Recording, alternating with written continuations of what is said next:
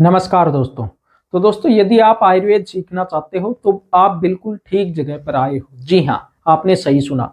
हम इस चैनल पर आयुर्वेद को एबीसीडी से लेकर चल रहे हैं और पीएचडी लेवल तक आपको आयुर्वेद पढ़ाने वाले हैं, जितना कि आपको कहीं पर भी एमएस कॉलेज में भी नहीं पढ़ाया जाता होगा।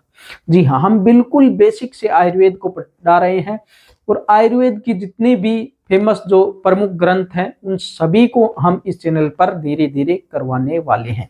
इसलिए जो लोग आयुर्वेद को कंप्लीट सीखना चाहते हो वो लोग इस चैनल से अवश्य जुड़े।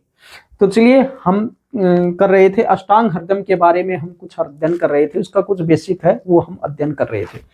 तो चलिए उसमें हम आगे वर्णन करते हैं। आगे है आज की क्लास में हम पढ़ेंगे कि रसों का वर्णन, कि रस क्या होते हैं। जैसे आपने सुना होगा कि कुछ रस होते हैं, वो 6 प्रकार के रस होते हैं। जैसे कुछ हम खट्टा खाते हैं, मीठा खाते हैं, नमकीन खाते हैं। तो ये सभी क्या है, यानी कि जीभ से जिस स्वाद को अनुभव, यानी कि जीभ जो स्वाद हम अनुभव कराती है उसको हम क्या बोलते हैं, रस बोलते हैं।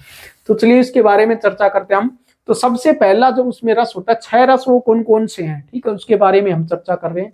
जैसे पहला रस होगा मधुर रस, यानी कि जो मीठा होता है, मीठी कोई भी चीज हो गई वो किस में आ गई है, मधुर रस। उसमें दूध, घी, शहद या यानी कि कोई भी जो मीठी चीज है वो कैसी होती है, मीठी। मीठी सभी जानते हैं, तो वो इसमें आ गई मधुर रस में। दूसरा हो गया अम्ल रस, यानी कि खट्टा जो स्वाद होगा वो दूसरा खट्टा, जैसे नींबू हो गया, टमाटर हो गया, इमली वगैरह जो भी है वो खट्टे स्वाद में आ गई। तीसरा है लवण, यानी कि नमकीन जो भी चीजें हैं, जैसे नमक वगैरह, सेंधा नमक हो गया, फिर समुद्री नमक हो गया, बाकी कोई भी जो नमकीन चीजें हैं वो सारी इसमें आ जाएंगी। अगला है कटु रस, यानी कि तीखा या मसालेदार जो भी भोजन होता है। जैसे अदरक हो गया, थोड़ी तीखी होती है ना, मिर्च हो गई, प्याज हो गई, लहसुन हो गई, ये सारी किस में आएंगी, कटु रस में आ जाएंगी। फिर आगे है तिक्त रस, यानी कि कड़वा, कड़वी जितनी भी चीजें हैं वो किस में आ जाएंगी, इसमें। जैसे मेथी हो गई, नीम हो गई, करेला हो गया, गिलोय हो गई, ये सारी चीजें किस में आएंगी, तिक्त रस में।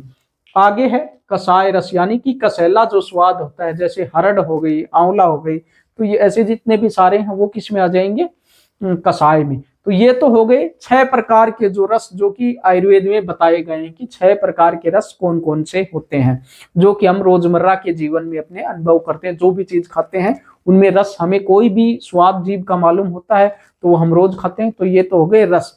अब बात आता है, देखो, जो हमारे शरीर में जो बीमारियों का जो कारण है वो क्या होता है, वात, पित्त और कफ का असंतुलन। तो अब वात, पित्त, कफ का असंतुलन हो गया, तो उसको वो असंतुलन हुआ क्यों, क्योंकि जो भी हम खाते पीते हैं, उन्हीं जो हम रस खाते पीते हैं, यानी कि हम कोई भी चीज जो खा पी रहे हैं, उन्हीं के कारण हमारे शरीर में वात, पित्त, कफ का असंतुलन हुआ है। और खाने पीने के द्वारा ही हम उस असंतुलन हुए वात, पित्त, कफ को ठीक भी कर सकते हैं। अब देखिए वो कैसे कर सकते हैं। जैसे इसमें आ गया रसों का वात, पित्त और कफ पर प्रभाव, यानी कि हम कोई भी खट्टी मीठी चीजें खाएंगे, उसका कोई चीज तो ऐसी होगी कि उस दोष को, किसी दोष को बढ़ाएगी, और कोई चीज ऐसी होगी कि किसी दोष को घटाएगी। जो चीज उस दोष को बढ़ाएगी, ठीक है ना, तो वो कोई चीज हो गई उस दोष को बढ़ाएगी, तो दूसरे दोष को वह क्या करेगी, कम करेगी। अब देखिए ऐसे ही हम कटु, तिक्त और कसाय, जो ये तीनों जो रस है ना, ये वात दोष को तो बढ़ाते हैं, यानी कि वात दोष उत्पन्न करते हैं, वात दोष को ये बढ़ा देंगे। कटु, तिक्त और कसाय है, ये वात दोष को बढ़ाने वाली चीजें हैं। इसके विपरीत जो 3 बच गए, यानी कि 6 रस हैं, तो 3 होते हैं वो एक दोष को उत्पन्न करते हैं, तो दूसरे दोष को वो शांत करेंगे। तो कटु, तिक्त, कसाय है, ये वात दोष को उत्पन्न करते हैं। और मधुर, अमल और लवण हो गए, ये तीनों हो गए वात दोष को शांत करते हैं। मधुर, अमल, लवण वात दोष को क्या करते हैं, शांत और उत्पन्न करते हैं। कटु, तिक्त और कसाय रस होते हैं, ये वात दोष को उत्पन्न करते हैं। यानी कि जिसको वात दोष की बीमारी है तो उनको कौन सी चीजें ज्यादा खानी चाहिए, मधुर, अमल और लवण, ये चीजें ज्यादा खानी चाहिए, तो उसका वात दोष को जो बीमारी है उसकी ठीक होने लग जाएगी। इसी तरह कटु, अमल और लवण जो रस होते हैं वो क्या करते हैं, पित्त दोष को उत्पन्न करते हैं। कटु, अमल और लवण जो रस होते हैं वो क्या करते हैं, पित्त दोष को उत्पन्न करते हैं। इसी तरह मधुर, तिक्त और कसाय है, वो पित्त दोष को शांत करते हैं। यानी कि आप इस हिसाब से भी देख सकते हो कि जिसको पित्त दोष की बीमारी, यानी कि पित्त से संबंधित जिसको बीमारियां हैं, तो वो ये चीजें ज्यादा खाते होंगे, कटु अम्ल और लवणीय चीजें, ये चीजें ज्यादा खाते होंगे, तो उनको इन चीजों को कम करना होगा। और क्या चीजें बढ़ानी होंगी, मधुर, तिक्त और कसाय चीजें उनको बढ़ानी होंगी, तब पित्त दोष उनका शांत, यानी कि पित्त दोष ठीक हो जाएगा। आगे है मधुर अम्ल और लवण। मधुर अम्ल और लवण है वो कफ दोष को उत्पन्न करते हैं, यानी कि कफ को बढ़ाने वाली चीजें हैं। मधुर अम्ल और लवण, कोई भी स्वाद होगा वो कफ दोष को बढ़ाएगा। आगे है तिक्त, कटु और कसाय, ये कफ दोष को शांत करते हैं, यानी कि कफ दोष से रिलेटेड जिनको बीमारियां होती है तो उनको किस चीज का सेवन करना चाहिए, तिक्त, कटु और कसाय चीजों का सेवन करना चाहिए, तो ये कफ दोष इससे शांत हो जाएगा। ठीक है ना। तो दोस्तों यदि आपको कोई भी बात समझ में नहीं आती तो आप कमेंट बॉक्स में पूछ सकते हो, हम उसका जवाब आपको अवश्य देने की कोशिश करेंगे। तो ये तो था रसों का वर्णन कि रस क्या होते हैं, कौन कौन से होते हैं और इनका हमारे जीवन में यानी कि बीमारियों के साथ कैसे रिलेशन है, वात पित्त कफ पर इनका क्या प्रभाव पड़ता है।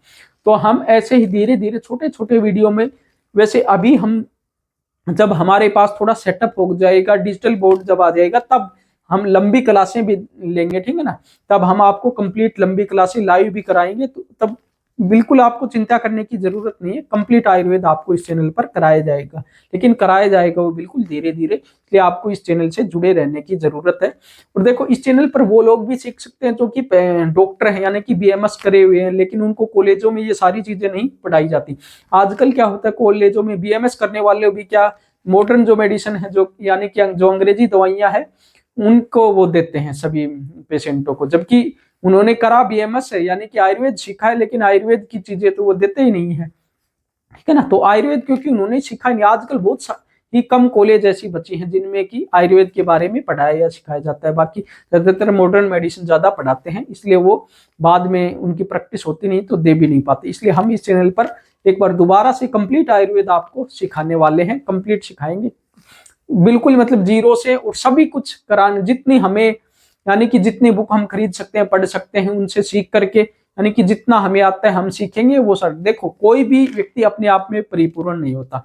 मैं नहीं कहता कि मुझे पूरा आता है या फिर थोड़ा बहुत, मुझे तो 0% नॉलेज है ये मान के चलो, लेकिन मैं साथ में नॉलेज सीख भी रहा हूं, तो मैं जितना सीखूंगा, ठीक ना, हम तो यानी कि एक मुहिम लेकर के चल रहे हैं कि जितना हम धीरे धीरे, मुझे तो सीखना है भाई, मुझे इसमें काम करना है, तो मैं जितना सीखूंगा, मैं चाहता हूं कि इस आयुर्वेद को हम और आगे बढ़ा सके, थोड़ा बहुत योगदान हम भी इस लाइन में दे सके, क्योंकि धीरे धीरे जो ये चिकित्सा पत्ती है धीरे धीरे लुप्त हो गई, अब तो फिर भी दोबारा से धीरे धीरे ऊपर उठ रही है। ठीक है ना। तो हम चाहते हैं कि सभी लोग इस आयुर्वेद से जुड़ जाएं। ठीक है, जो लोग भूल चुके हैं ये एक रोजमर्रा के जीवन शैली में हम इसे उतार सके, इसीलिए इस चैनल पर हमने ये चैनल शुरू किया है और इसमें कंप्लीट आयुर्वेद आपको मिलने वाला है। ठीक है, तो दोस्तों यदि आयुर्वेद के ये वीडियो यदि आपको अच्छे लगे तो इस वीडियो को लाइक व शेयर अवश्य करें। तो मिलते हैं अगले वीडियो में नई जानकारियों के साथ, तब तक बने रहेगा हमारे साथ। जय हिंद, वंदे मातरम।